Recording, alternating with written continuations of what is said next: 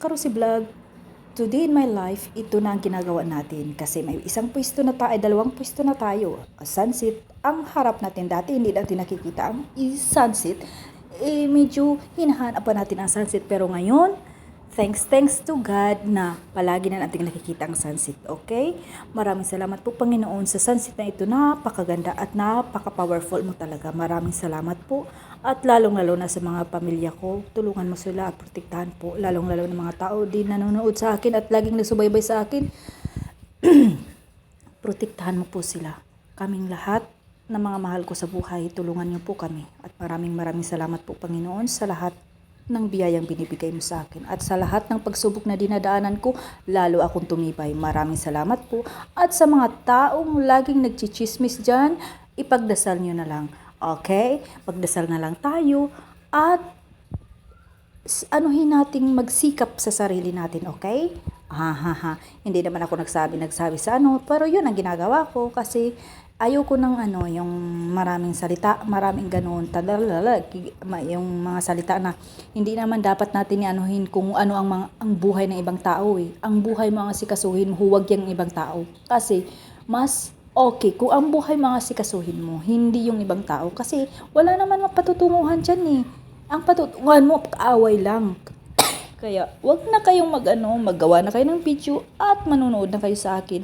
Araw-araw tayo mag-upload kung may oras tayo, pero pag wala, hindi rin tayo maka-upload. Kaya, intindihin nyo rin ang isang OFW. Medyo busy talaga, pero humahanap ako ng paraan para maka-upload ako araw-araw. Kung hindi man ako maka-upload, it means very busy talaga tayo. Pero, pasalamat na rin tayo sa atong trabaho ngayon na medyo maganda ang trabaho natin at sa itaas dahil sa blessing niyang binibigay sa atin. Maraming salamat. Maraming salamat talaga sa blessings na hindi ko inaasahang mangyari sa buhay ko, pero nagpapasalamat pa rin ako. At nagpapasalamat ako sa mga taong laging nagsubaybay at nagsuporta sa akin. Maraming salamat sa inyong lahat, mga ka-idol. Kumusta naman tayo dyan? Kumusta naman ang buhay natin? Ganito lang talaga. Medyo masinat. Alam nyo ba kung bakit? Kasi ang buhay natin is weather lang talaga.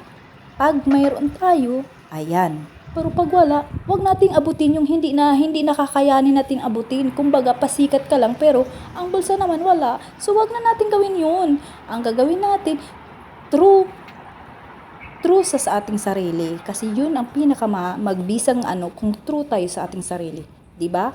Sino yung sino ang buto dyan? Mag-comments na kayo sa baba. Pero kung ayaw nyo naman, hindi ko kayong pinipilit. Okay lang sa akin. Kung ayaw nyo akong panoorin, walang problema dun. Basta makakita kayo ng mga view na maganda dito. Kasi nakaharap na tayo sa sunset. Thank you so much.